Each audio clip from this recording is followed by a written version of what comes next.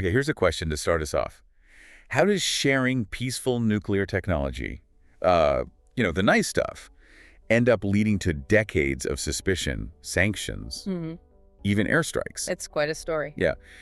You might think of Iran's nuclear program as just a current headline, right? Sure. But to really get it, we actually need to go way back. Back to an era called Atoms for Peace. Exactly. And today, we're going deep into that. We're peeling back the layers on how a program that started with this promise of peaceful energy and was initially supported by the United States. Right. The U.S. helped them start. Precisely. How that transformed into what many now see as a global threat.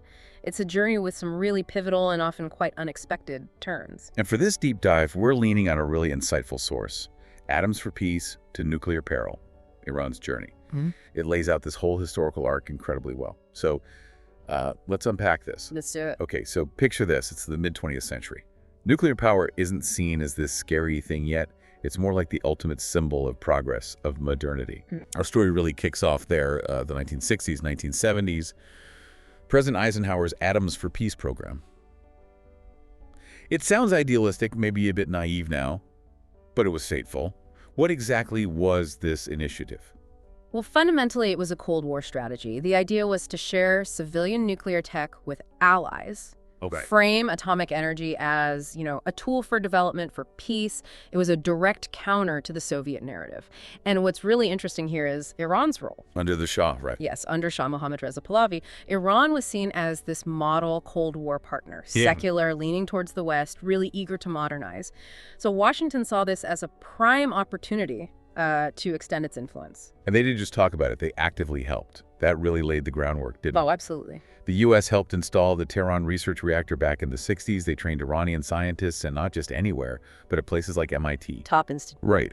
And they even encouraged these huge, multi-billion-dollar reactor deals with European allies like France and Germany.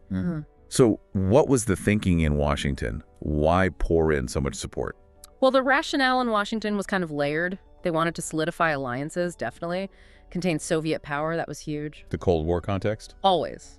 And also showcase the sort of benevolent side of atomic energy. But the thing is, in practice, by giving this level of help, they perhaps inadvertently created this whole ecosystem of nuclear capacity inside Iran. An ecosystem. Yeah, a foundation that, well, it lasted much longer than the Shah's regime itself. There's that quote from Robert Einhorn, the former U.S. arms control negotiator. He put it pretty bluntly. We gave Iran its starter kit. That sums it up well. He also noted that the U.S., quote, weren't terribly concerned about nuclear proliferation in those days, so we were pretty promiscuous about transferring nuclear technology.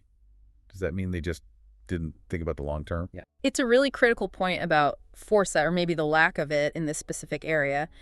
At that moment, the main worry wasn't, what might Iran do with this tech 50 years from now? No, the absolute primary concern was the Soviet Union. What could they do?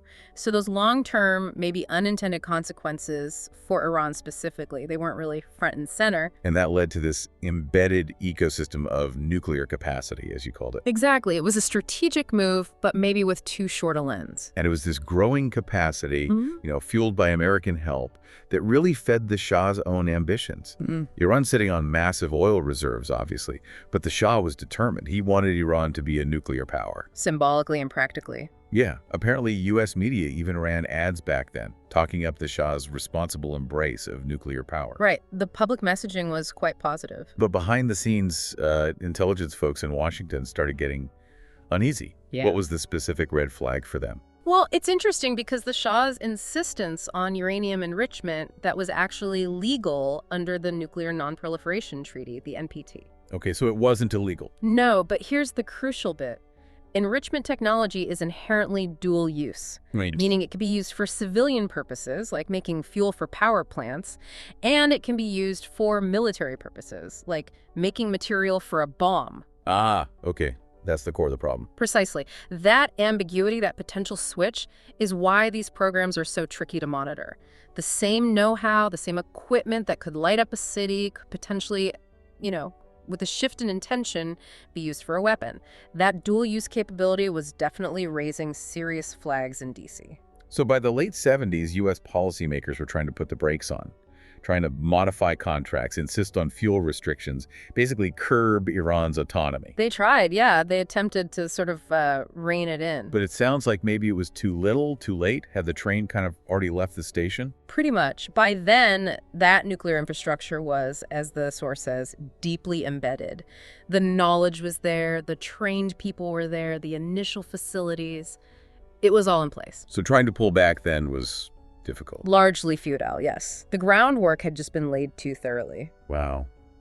And just as that foundation seems set in stone, history throws this massive curveball. 1979, the Islamic Revolution. A seismic shift. It just sweeps across Iran, dismantles everything the U.S. had built up, relations-wise, and it seemed at first it might dismantle the nuclear ambitions too. What's really striking is that initially the new leaders, Ayatollah Khomeini included, they had apparently little to no interest in the nuclear project. They saw it as expensive, Western, tied to the Shah they'd just overthrown. Right, a symbol of the old regime. They almost just abandoned it. It's wild to think how close it came to just fading away, but then war resurrected it. That's absolutely a vital turning point. The Iran-Iraq War in the 1980s. Brutal conflict. Horrific, yeah. Chemical weapons, massive casualties. Exactly. That experience forced Iran's leadership to completely rethink their national defense strategy, and the perception shifted dramatically. Nuclear tech wasn't a luxury anymore, or some Western relic. It became what? It became seen as a potential deterrent, something necessary for survival in a really hostile neighborhood. Okay, so survival instinct kicks in, but the U.S. is obviously out as a supplier. So Iran needs new help. Where do they turn? They turn to Pakistan, and specifically to one individual, Abdul Qadir Khan. A.Q. Khan, often called the father of Pakistan's nuclear arsenal. That's him. He essentially became Iran's new supplier for the really sensitive stuff. Yeah. He provided designs, components for uranium enrichment centrifuges. And this wasn't original tech, right? No, it was based on European technology that Khan himself had acquired illicitly years before.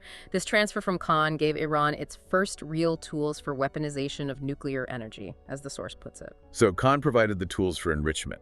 Critical tools, yes. Without that specific help, Iran's path towards mastering enrichment would have been much, much slower. Maybe even impossible, or at least prohibitively difficult. And here's where it loops right back to the beginning. The ability for Iran to even use that technology from Khan. The scientists who knew what to do with it, the basic infrastructure. That foundation had been laid down by the United States decades earlier. It's just such a striking full circle, isn't it? It absolutely is. You really can't overstate the long-term impact of those early decisions, those atoms for peace transfers. So fast forward again, early 2000s. The world finds out about Iran's secret enrichment sites, Natanz, Fordow. Right, the cover's blown. Iran says, hey, we're allowed to enrich under the NPT. It's for peaceful purposes.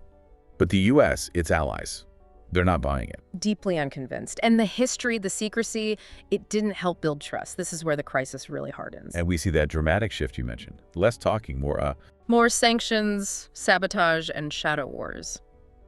Yeah. It became a period of really intense confrontation that basically defined the relationship for years. There was that brief pause, though.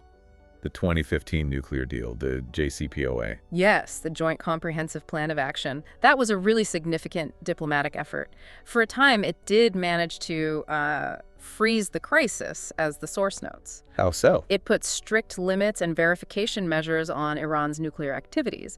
In return, major international sanctions were lifted. It was an attempt, really, to manage that very proliferation risk that had evolved indirectly from those early atoms for peace days. But it didn't last. No. The Trump administration pulled the U.S. out of the deal in 2018. And that just reignited everything. It triggered a return to confrontation, absolutely. Iran began restarting and expanding the nuclear activities that the deal had capped. Sanctions snapped back. And what happens next really drives home the profound irony of this whole history we've been tracing. It really does, because it ultimately culminates in the very threat and sometimes the reality of military action, including airstrikes, aimed at destroying the kind of nuclear capability the U.S. itself once helped Iran to cultivate. It's an incredible loop. A profound, almost cyclical historical irony.